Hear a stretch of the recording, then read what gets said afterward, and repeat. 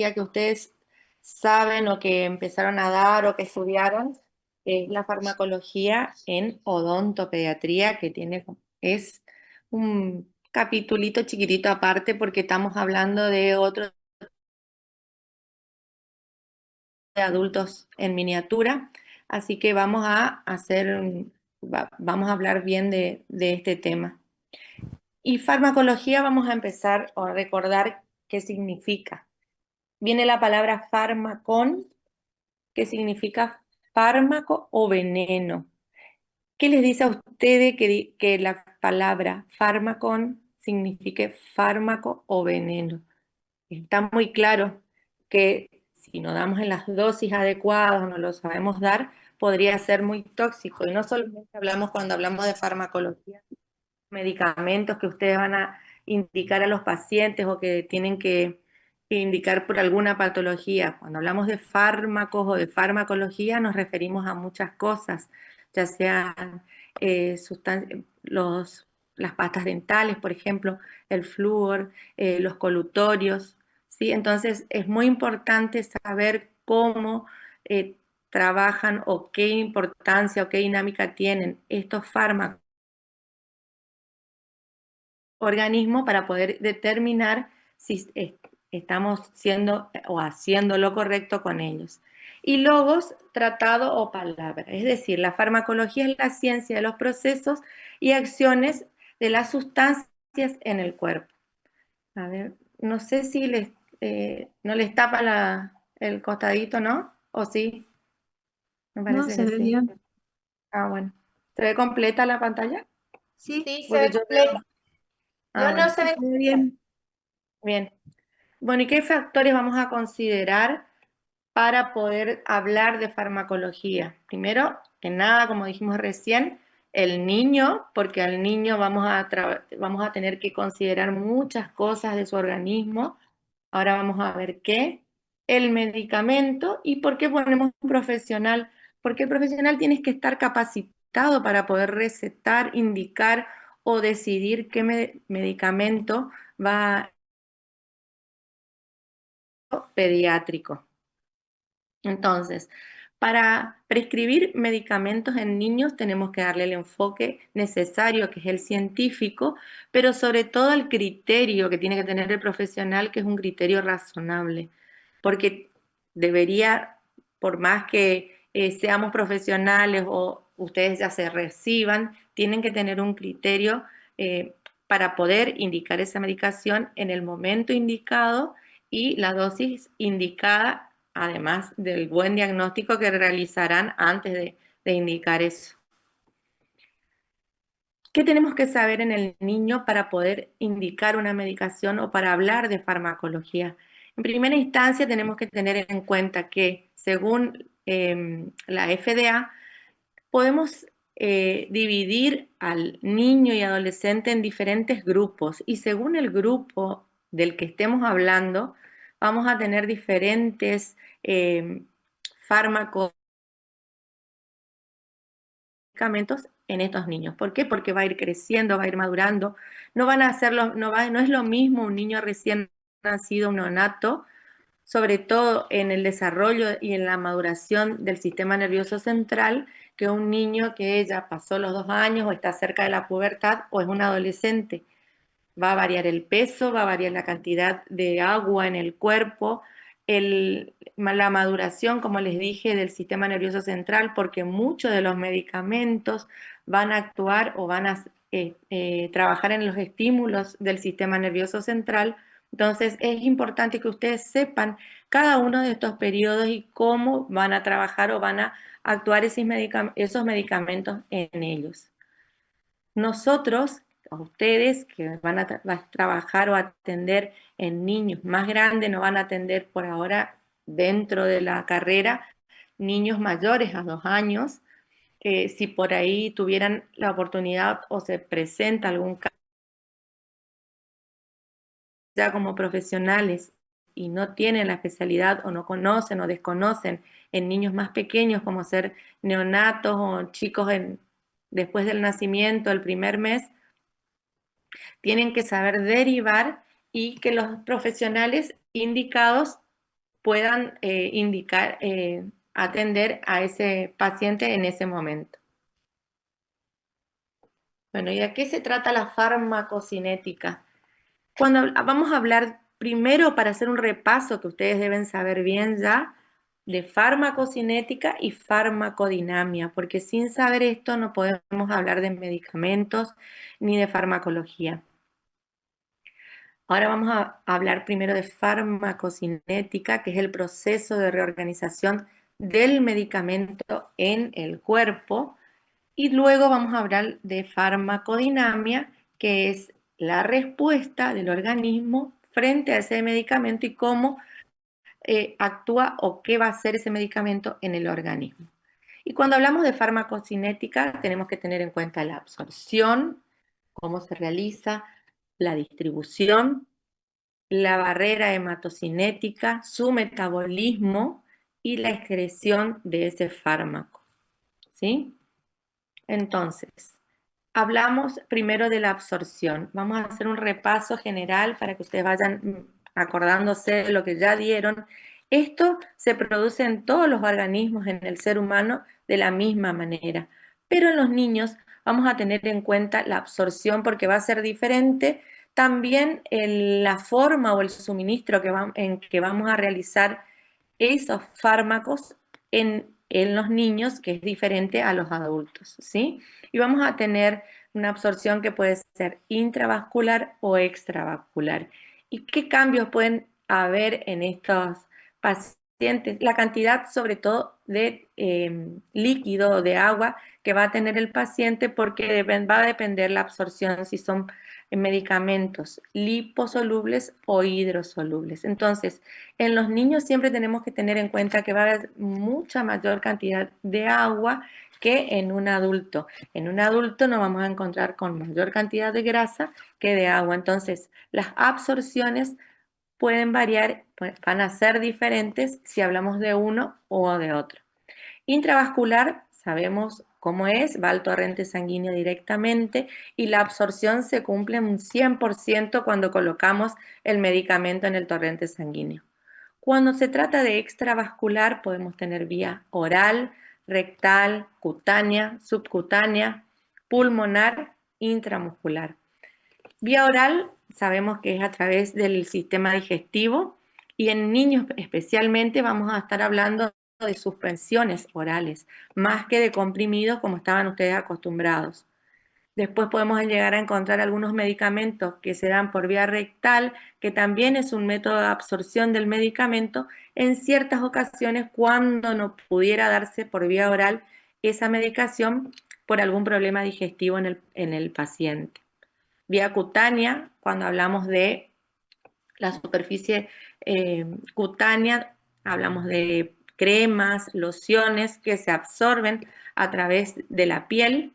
Subcutáneas, ustedes sabrán que hay medicamentos, sobre todo en niños, no son medicamentos, pero sí en este periodo los niños reciben por vías subcutáneas las vacunas, por ejemplo, y es un tejido en el que va a tardar un poquito más su absorción porque sabemos que no está tan irrigado, entonces va a depositarse entre las células de la piel, vía pulmonar. En este caso la absorción es más rápida muchas veces porque tenemos una amplia superficie de los bronquios, a donde van a ir los fármacos y los medicamentos, sobre todo en chicos que tienen trastornos respiratorios, que se les indica muchas veces por vía pulmonar la medicación para acelerar el proceso.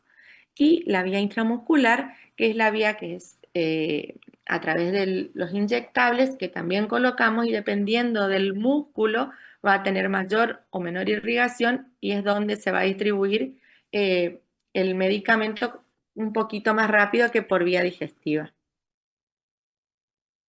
Para tener en cuenta la distribución de los fármacos, tenemos que tener en cuenta también los cambios en la composición del cuerpo. Como habíamos dicho hoy, esos cambios se tratan de que haya mayor cantidad o menor cantidad de tejido adiposo en el cuerpo, en los niños hay mucho menos tejido adiposo, entonces, como vamos a tener fármacos que pueden ser bases débiles o ácidos débiles, va a depender de qué tipo de medicamento se trate para que haya mayor o menor distribución o más rápida la distribución o más lenta.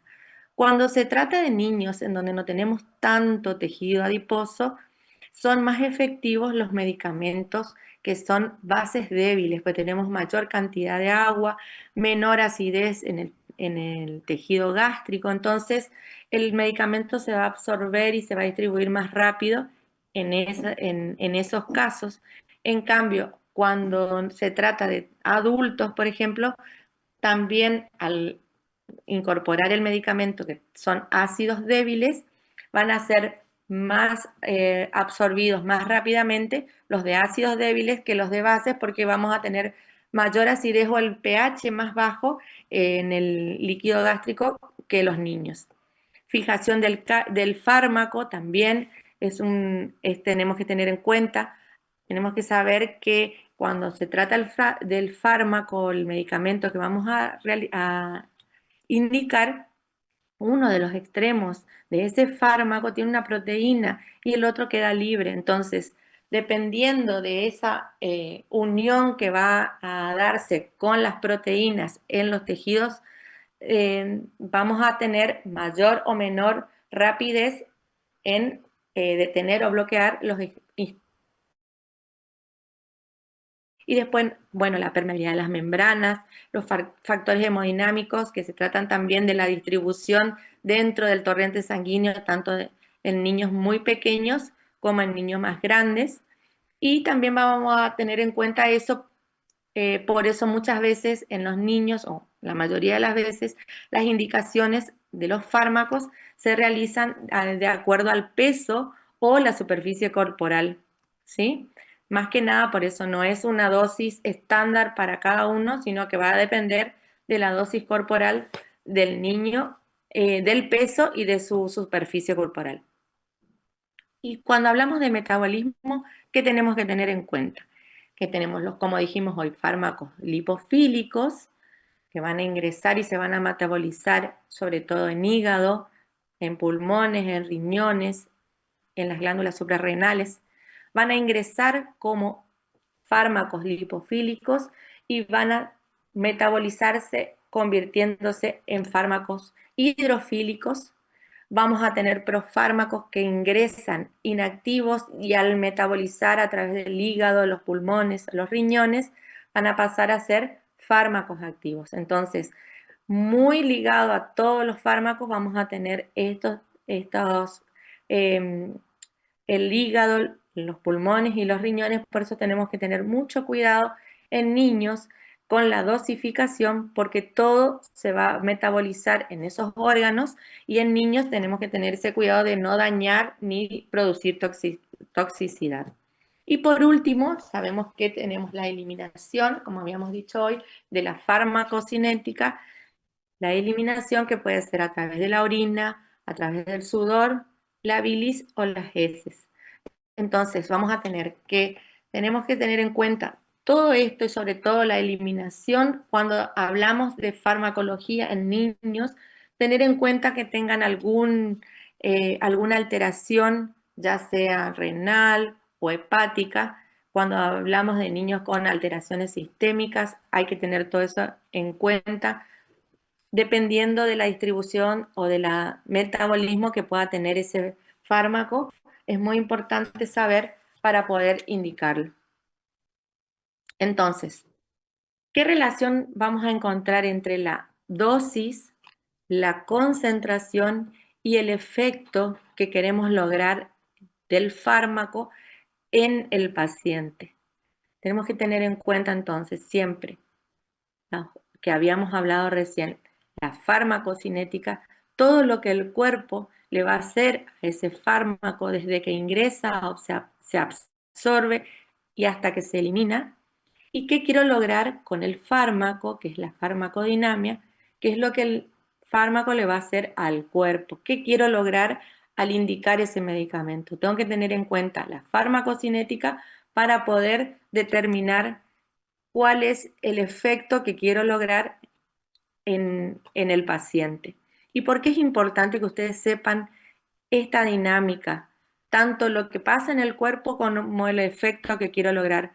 Porque si yo no tengo en cuenta que ese medicamento es lipofílico o hidrofílico o se procesa en el hígado, en el riñón, y quiero lograr determinado efecto, sobre todo en pacientes a los que yo voy a indicar por dolor, que es una de las indicaciones, o voy a indicar por una infección que en niños puede llegar a ser muy grave.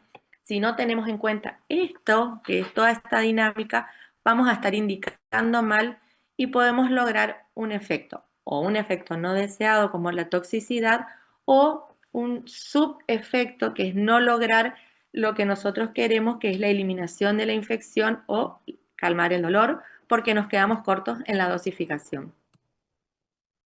¿Cuáles son los medicamentos más utilizados en odontopediatría? De acuerdo al fin o al objeto que va a tener la indicación de nuestro medicamento, va a ser por dolor, por inflamación, por infecciones virales, por infecciones bacterianas o por infecciones micóticas. Entonces, de acuerdo a eso, en odontopediatría podemos tener ese tipo de usos de la medicación. Entonces, este cuadrito es una síntesis de a dónde podrían ser utilizados en odontopediatría e indicados por un odontopediatra. Vamos a tener analgésicos, antiinflamatorios, y vamos a tener medicamentos para infecciones bacterianas, virales o micóticas. Entonces, ¿qué es lo que vamos a hacer? ¿Qué medicamentos, con qué medicamentos nos vamos a encontrar dentro de esa clasificación para poder recetar e indicar qué dosis se le van a dar a ese paciente y cuáles pueden ser los efectos secundarios que pueden ocasionar estos medicamentos? Y en primera instancia vamos a ver que en odontopediatría la medicación puede ser para controlar el dolor. Y para eso tenemos que evaluar el dolor en niños. ¿Cuáles pueden ser los orígenes de ese dolor o por qué puede llegar a haber dolor en el paciente? Y puede ser por una analgesia preventiva, porque sabemos que vamos a realizar un procedimiento que va a causar dolor. En niños y adolescentes también puede ser la causa del dolor o manejar el dolor en pacientes que tienen tratamientos de ortodoncia, por ejemplo, que van a ir a la cita odontológica y saben que van a realizar ajustes en su tratamiento, en el aparato ortodóntico, y van a generar dolor. También puede utilizarse para manejar este tipo de dolores. Puede ser por traumatismo, uno de los motivos del dolor, y acompañando a una infección que también podemos manejar el dolor junto con el manejo de la infección. ¿Sí? Y dentro de los primeros medicamentos o los medicamentos que están indicados para el dolor, vamos a encontrar analgésicos y analgésicos no opiáceos, analgésicos opiáceos y analgésicos corticoides o AINES, ¿sí? Ahora vamos a ver uno por uno. Los analgésicos no opiáceos son los que ustedes pueden llegar a manejar y son los que podrían indicar dentro de los que menos tóxicos, que menos daños o efectos secundarios pueden causar en el niño. Tenemos el ácido salicílico, acetil salicílico, que es la aspirina, o la aspirineta, que no sé si a ustedes llegaron a en algún momento tener aspirineta cuando eran chicos, que creo que no. Y el paracetamol, que es lo que mayormente indicamos, que es el acetaminofeno, que indicamos dentro de los analgésicos no opiáceos. El ácido acetil salicílico, bueno, y dentro de los antiinflamatorios lo que les conté. El ácido acetil salicílico es analgésico no opiáceo que tiene una acción terapéutica que es antipirética y analgésica, pero no inhibe la prostaglandina a nivel de sistema nervioso central. Entonces, este analgésico ya está dejando de usarse desde la década del 90 aproximadamente, porque se vio relacionado muchas veces con el síndrome de Reye, que puede alterar la agregación plaquetaria y trombolítica. Entonces, causar ese síndrome por dar este analgésico. Entonces, desde esa época se bajó su consumo y los pediatras dejaron de dar y se recomienda dar lo menos posible. Hoy día es utilizado más que en anticoagulados por la cantidad o por la dosis que contienen los medicamentos. Por ejemplo, ustedes van a ver que los comprimidos de acetil salicílico vienen entre 10 y 15 miligramos por kilo y se dan cada 4 horas. Y las mayores a 150 miligramos se produce ya la intoxicación en el paciente. Esperen que un minuto. Voy a salir un ratito, ¿no? Es para poner en silencio un minuto. Voy a interrumpir, ¿sí? Porque ahí ya se cayó mi perrito. No sé si les... Ahí está. Ahí se cayó. Estaba por ir a poner orden. Bueno, seguimos. Vamos al paracetamol. Es el que más vamos a indicar como analgésico en los pacientes pediátricos. Su acción es antipirética, es analgésica también, pero no es tan antiinflamatorio, es solo analgésico porque no inhibe, como les dije, las prostaglandinas a nivel del sistema nervioso central. Para poder tener la dosis o saber la dosis que vamos a indicar en los pacientes pediátricos, tenemos que saber que se da de 10 a 15 miligramos por kilo cada 4 a 6 horas y que el máximo de la dosis va a ser de 1 gramo cada 6 horas. No podemos pasar de 150 miligramos porque estaríamos produciendo la intoxicación con ese medicamento. Cuando hablamos ya de antiinflamatorios, vamos a pasar a los antiinflamatorios esteroideos primero, que son los corticoides. Dentro de estos corticoides tenemos que saber que tienen su acción es antiinflamatoria también, que actúan sobre todo en la corteza suprarrenal, de la glándula suprarrenal, que trabajan o que actúan también en el cortisol y que producen efectos, además de antiinflamatorios, antialérgicos. ¿Para qué vamos a tener en cuenta estos antiinflamatorios esteroides o corticoides? Son muy utilizados en pacientes con hipersensibilidades. En el caso de ustedes, no les va a tocar hacer una medicación en odontología, exceptuando ocasiones en que tengan que realizar, a lo mejor ustedes habrán escuchado, habrán visto, en cirugías en las que se realicen cirugías muy grandes, en que uno quiera evitar inflamaciones muy grandes, entonces trabajamos con corticoides, pero son casos ocasionales. Por ejemplo, cuando van a hacer, algunos cirujanos indican van a hacer 2 extracciones, por ejemplo, de terceros molares retenidos e indican una sola vez la medicación previa al procedimiento de corticoides, ¿sí? Y luego tenemos los no esteroides, que tienen una acción terapéutica antipirética, analgésica y antiinflamatoria. En comparación con el paracetamol que habíamos visto recién, agregamos lo que es antiinflamatorio, por eso también es muy indicado cuando se trata de inflamaciones en pacientes niños, y junto con la aspirina, por ejemplo, no pueden utilizarse en infecciones de origen viral porque pueden asociarse con este síndrome del que habíamos hablado, que es el síndrome de Reye. Cuando hablamos de antiinflamatorios no esteroides, podemos hablar de ibuprofeno o podemos hablar del naproxeno en odontopediatría. Ibuprofeno es el que más van a utilizar como antiinflamatorio. Acuérdense, paracetamol solo es analgésico y antipirético. Acá tenemos las tres cosas: antipirético, analgésico y antiinflamatorio.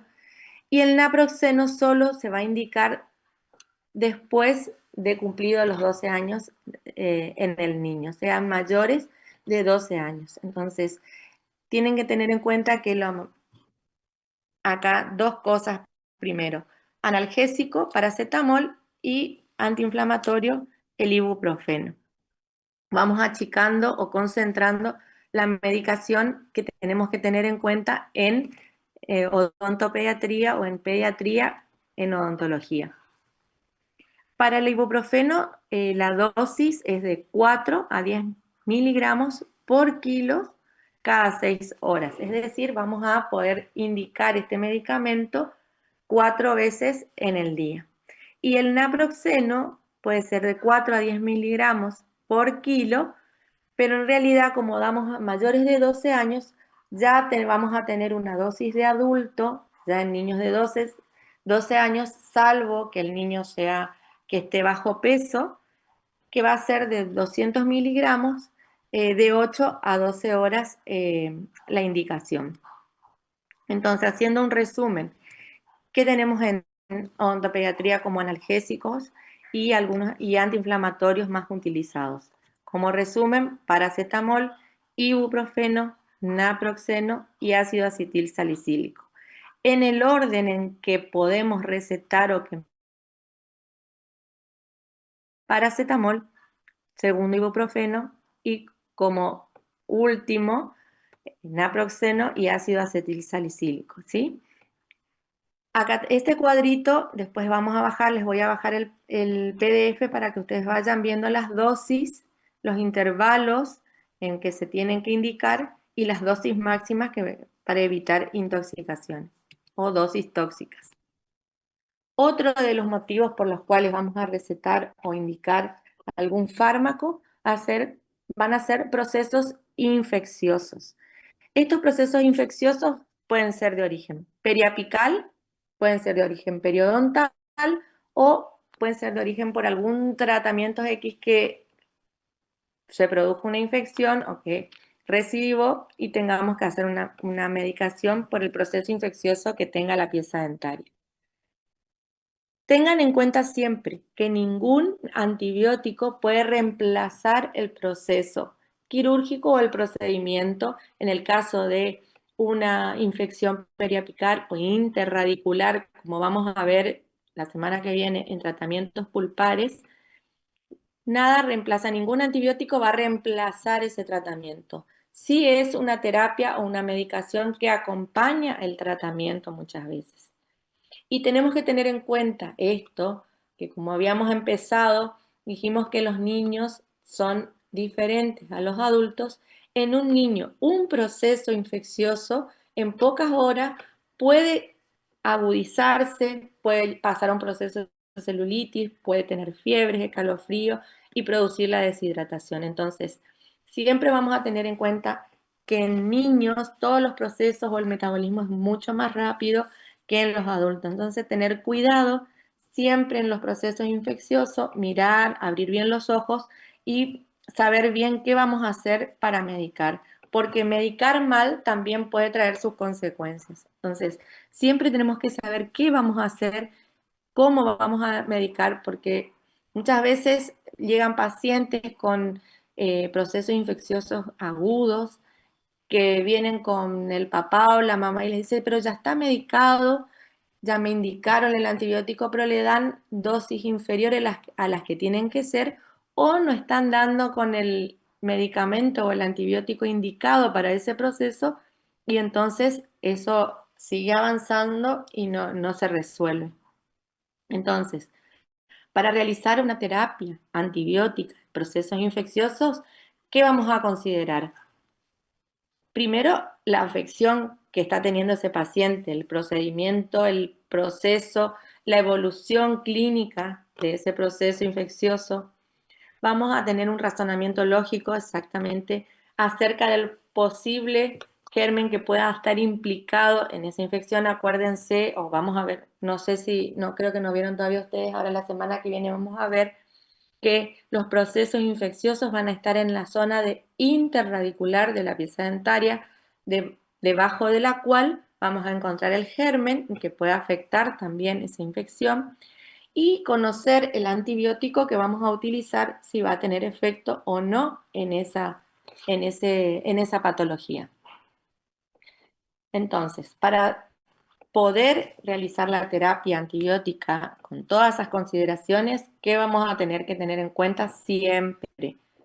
Adecuado diagnóstico para todo, una buena historia y clínica del paciente, una buena evaluación física de ese paciente, porque si viene con un proceso infeccioso, puede venir con una celulitis, una inflamación, poder evaluarlo clínicamente perfectamente para antes de decidir qué terapia vamos a realizar, qué tiempo de evolución trae ese proceso, cómo progresó la enfermedad. Todo eso vamos a saber cuando nosotros empezamos la anamnesis del paciente y vamos preguntando a la mamá todo esto para poder elaborar un adecuado diagnóstico. Entonces, eh, cuánto tiempo, cómo progresó, qué signos o síntomas tuvo, qué signos vitales, preguntar a la mamá si tuvo fiebre, si tuvo escalofríos, qué síntomas o signos vio la mamá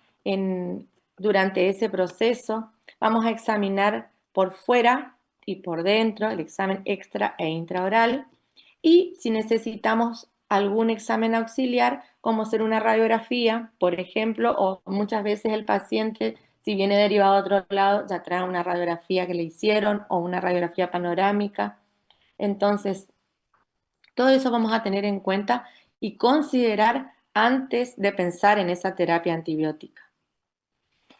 ¿Qué características puede tener la celulitis o los abscesos con los que nos podemos encontrar y que pueden ser o no medicados con una terapia antibiótica?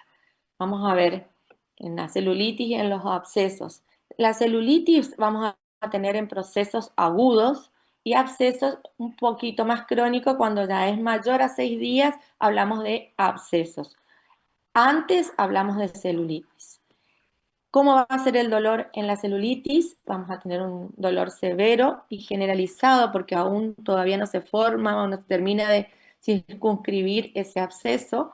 Ya cuando pasaron más días vamos a tener un dolor localizado. El tamaño va a ser más extenso cuando hablamos de celulitis y más pequeño en un absceso. En la celulitis vamos a tener bordes y localización difusa, en el absceso no. Cuando palpemos, en la celulitis vamos a tener indurada, en el absceso va a ser fluctuante.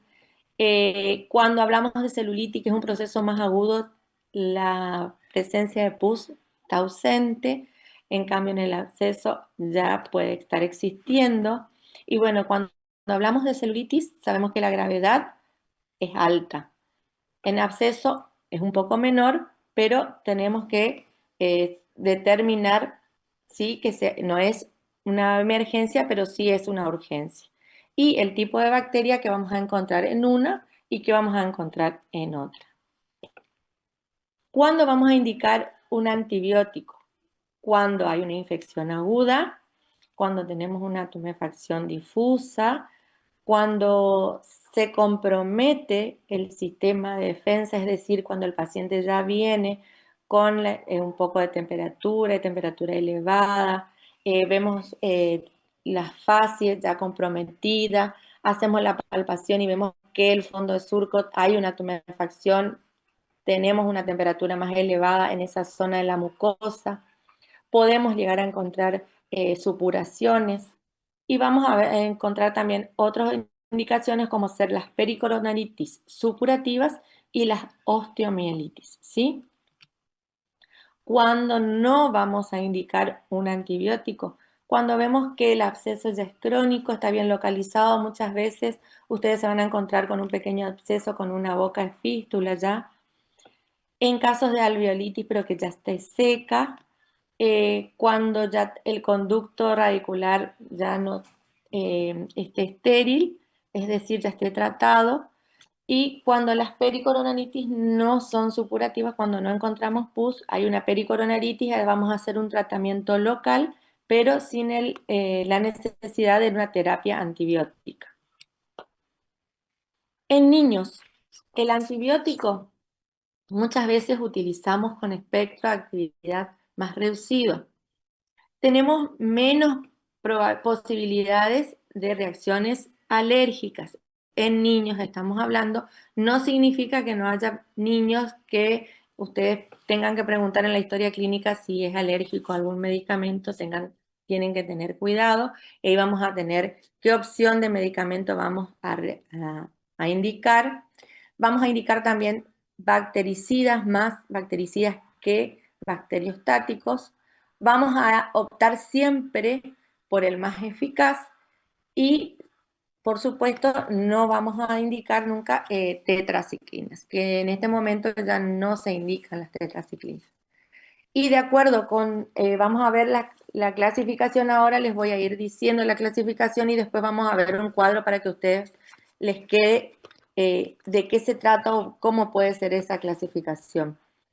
De acuerdo a su cobertura, de acuerdo a su modo de acción, es decir, cuánto va a cubrir. Habíamos hablado que los antibióticos de elección en niños preferimos siempre bactericidas, su modo de acción, su acción bactericida, bacteriostático y cómo va a interferir, cómo va a ser su distribución, su absorción y su eliminación.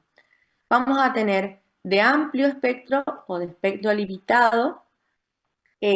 Vamos a tener, de acuerdo a cómo van a realizar o cómo van a actuar en las membranas de las bacterias y de acuerdo a cómo habíamos dicho, como si son bactericidas o bacteriostáticos. Todos estos cuadritos yo les dejo, les voy a poner en el aula para que ustedes vayan viendo de acuerdo al tipo de patología, vamos a decidir qué tipo de antibióticos vamos a ir dando.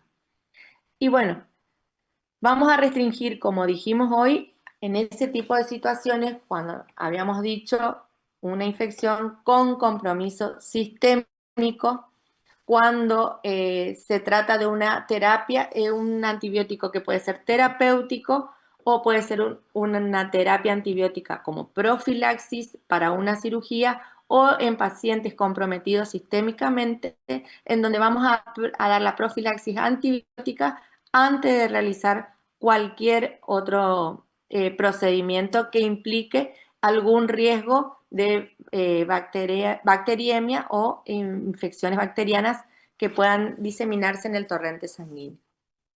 ¿Qué indicaciones vamos a encontrar entonces? Terapéuticas, infecciones dentales con compromiso sistémico, osteomielitis o patologías agudas. Cuando hablamos de patologías agudas periodontales, hablamos, ya saben, de infecciones interradiculares.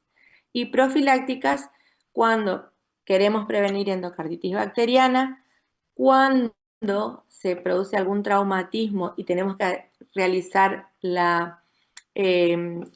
volver a reimplantar la pieza dentaria por alguna avulsión de piezas dentarias permanentes jóvenes, o cuando se produzcan traumatismos con riesgos de infección de acuerdo al traumatismo del caso particular del paciente que pasó. No siempre todos los traumatismos vamos a indicar un antibiótico. Va a depender del riesgo que pueda conllevar ese tipo de traumatismo. ¿Qué signos clínicos podemos observar? Habíamos visto recién signos: fiebre mayor de 38 grados, malestar, linfadenopatía, trismus. Fíjense la carita de esta paciente.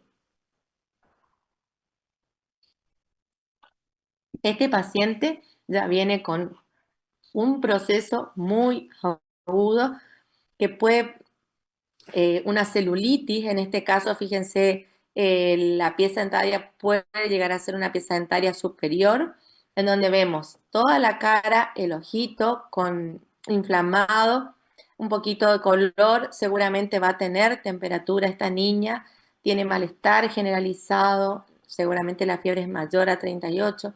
Pudo no haber tenido fiebre, depende del sistema inmunológico de cada paciente. Vamos a encontrar a la palpación una inflamación de los ganglios y seguramente esta niña no va a poder abrir mucho o no va a tener muy buena apertura bucal por el trismus que ocasiona este tipo de infecciones. Entonces, fíjense el paciente al que cómo viene, lo agudo que es la patología y en qué caso vamos a realizar la medicación. Pero tengan en cuenta también que cuando hacemos medicación, luego de que pase o suceda todo ese proceso muy agudo, tenemos que trabajar localmente realizando el procedimiento de apertura, en ese caso, de la pieza dentaria si es necesario, o la extracción. Veremos en cada caso qué debemos hacer. Entonces, cuando se trata de medicación antibiótica, también tenemos que tener en cuenta qué tipo de infección y qué medicamento podemos elegir en cada uno de los casos. Cuando es una infección temprana, podemos optar por la amoxicilina los primeros 3 días. En general, dependiendo del paciente, cuando un paciente no es para todos los casos, pero muchas veces el paciente que hace un proceso infeccioso así agudizado, muchas veces tratamos de cubrir lo mayor espectro posible para evitar reagudización del proceso o que no haya mejoras en ese proceso. Entonces, vemos primero la opción es amoxicilina. Si no mejora en las 24 o 48 horas, tiene que mejorar el cuadro. Ya vamos a tener que pasar a una clindamicina o una amoxicilina con ácido clavulánico. Entonces, ustedes siempre tienen que monitorear y controlar el paciente que venga con una infección aguda de ese tipo, porque tenemos que preguntar a la mamá si mejoró o controlar nosotros si mejoró porque muchas veces puede ser que la mamá a lo mejor esté dando mal el medicamento o le esté dando menos o haya preparado mal. Entonces, siempre con un paciente con este tipo de cuadros, el control tiene que ser muy cercano para ver que vaya mejorando o evolucionando positivamente. Si no, tenemos que derivarlo o cambiar la terapéutica antibiótica porque quiere decir que no está haciendo el efecto que nosotros queremos que se haga. Si es alérgico a la penicilina, clindamicina o eritromicina, y si es una infección tardía, que el paciente ya ha pasado más de 3 días y aparece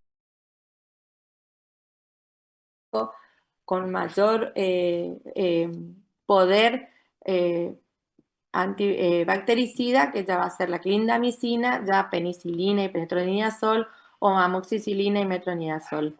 A partir de ese momento, en la infección tardía ya o una infección muy aguda, lo importante es que ustedes puedan y sepan derivar como corresponde a una institución, por ejemplo al hospital o al pediatra, porque acuérdense que en niños es muy rápida la diseminación bacteriana y puede terminar mal el niño en esos casos. Tenemos todas las cavidades cercanas a la boca en donde pueden diseminarse esa infección y producir muchas veces, hay casos de meningitis por algún proceso infeccioso en las piezas dentarias.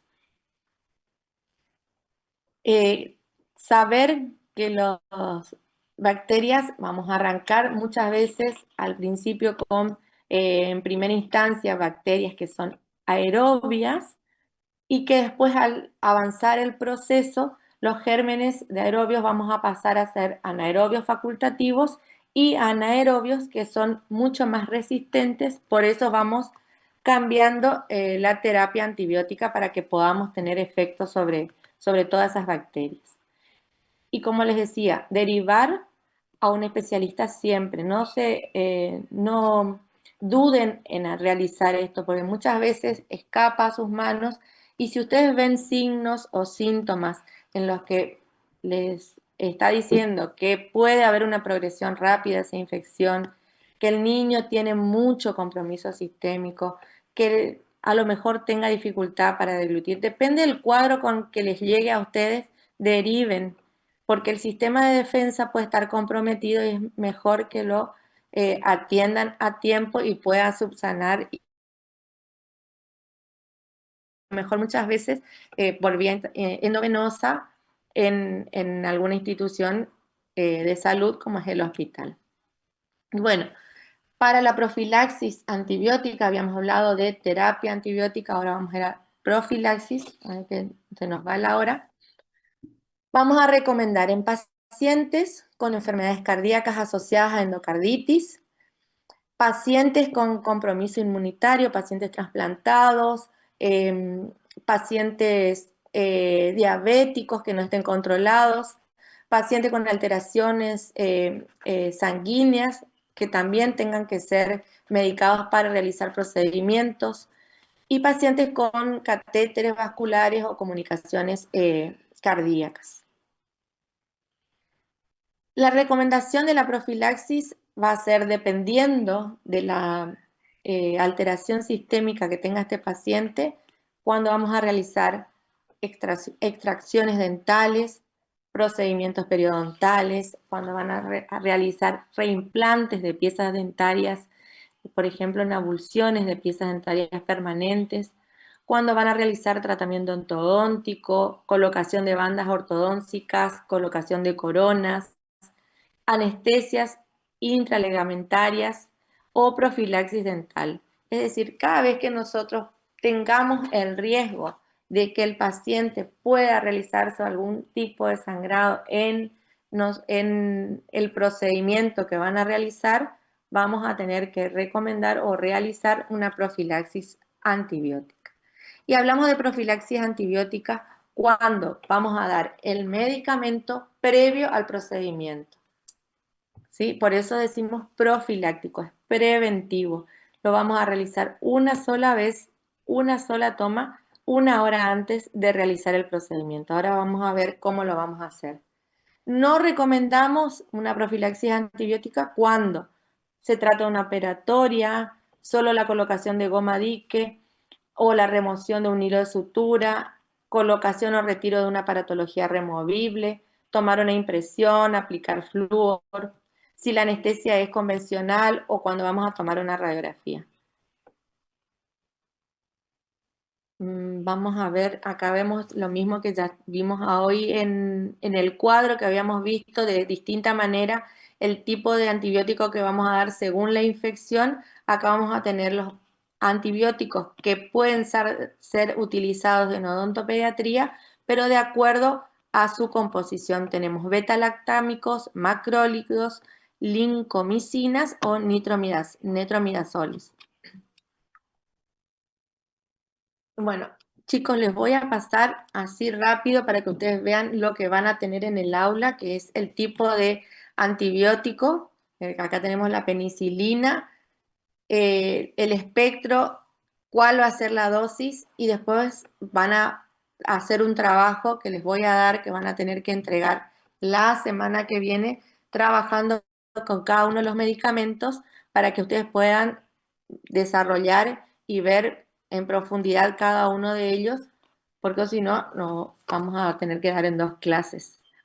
Bueno, entonces tenemos la penicilina, la penicilina B potásica, que la dosis va a ser de entre 25 y 50 miligramos por kilo por día y que su excreción es renal.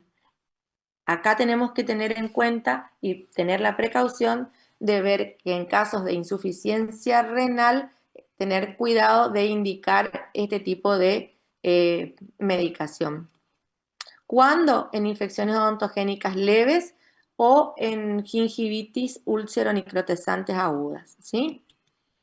Amoxicilina, que es la que más van a utilizar en los pacientes que puedan llegar a venir con proceso infeccioso con algún compromiso sistémico leve. La amoxicilina, que tiene un amplio espectro. La dosis de la amoxicilina va a ser entre 25 y 50 miligramos por kilo por día.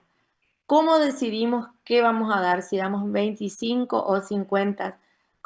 Si sabemos que el antibiótico, el medicamento, no produce toxicidad en la dosis máxima de por kilo, vamos a tirarnos hacia la dosis máxima, que va a ser 50 miligramos por kilo por día. ¿Por qué? Porque es mejor estar cubiertos que dar menor dosis que la que tiene que ser y no producir el efecto antibiótico que deseamos para esa patología. Amplio espectro y vamos a tener en cuenta la insuficiencia renal nuevamente por su tipo de eliminación. ¿Sí? Amoxicilina con ácido clavulánico. Habíamos hablado de que cuando no vemos una mejoría a las 48 horas de haber indicado la amoxicilina, vamos a pasar una amoxicilina con ácido clavulánico. El ácido clavulánico tiene la ventaja de que inhibe la acción de las beta-lactamasas, entonces vamos a estar trabajando además con las bacterias productoras de beta-lactamasas.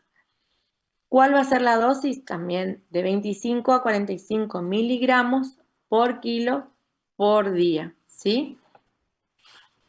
¿Qué reacciones adversas podemos encontrar en este tipo de medicamentos? Algunos pacientes presentan trastornos gastrointestinales, es decir, que la mamá le puede decir que tuvo dolor de panza o que le produjo colitis.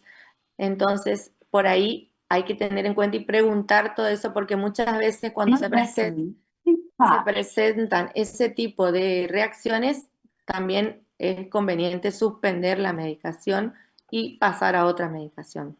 Después tenemos la clindamicina, que ustedes, salvo que el paciente sea alérgico, no van a recetar, es bacteriostático y según la dosis va a ser bactericida y su dosis va a ser de 20 miligramos por kilo por día, ¿sí?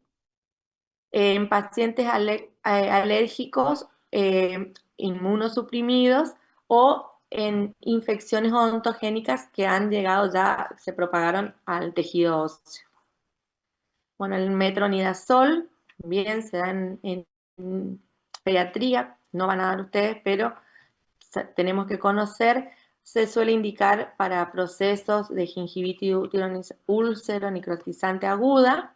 La dosis es de 30 miligramos por kilo por día, ¿sí?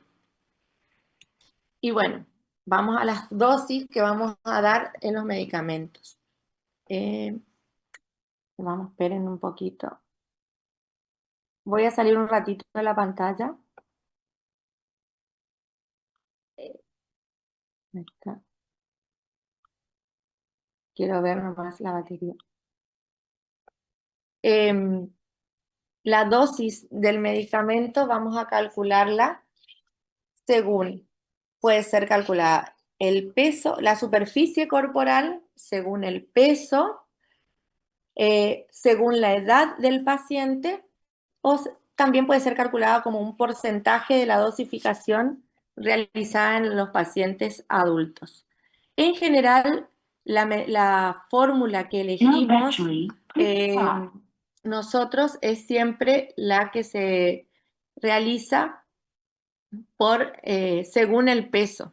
Y es la que utilizamos, es la fórmula de Clark, que utilizamos en niños mayores de 2 años. Para niños menores utilizamos la fórmula que es de superficie corporal, que es más exacta, porque distribuimos miligramos por metros cúbicos, es decir, la superficie corporal del paciente. ¿Cuál es la regla de Clark? Que es la que más van a utilizar ustedes.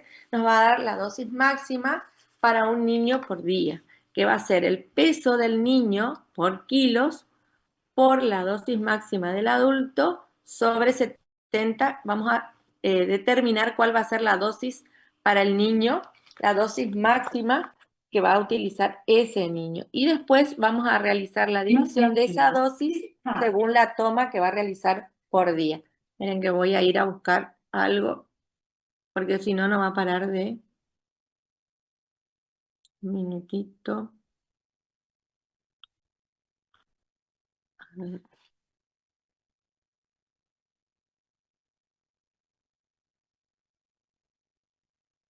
¿Alguna pregunta?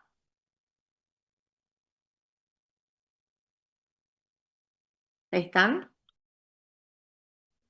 Acá estamos, Todo doctora. súper.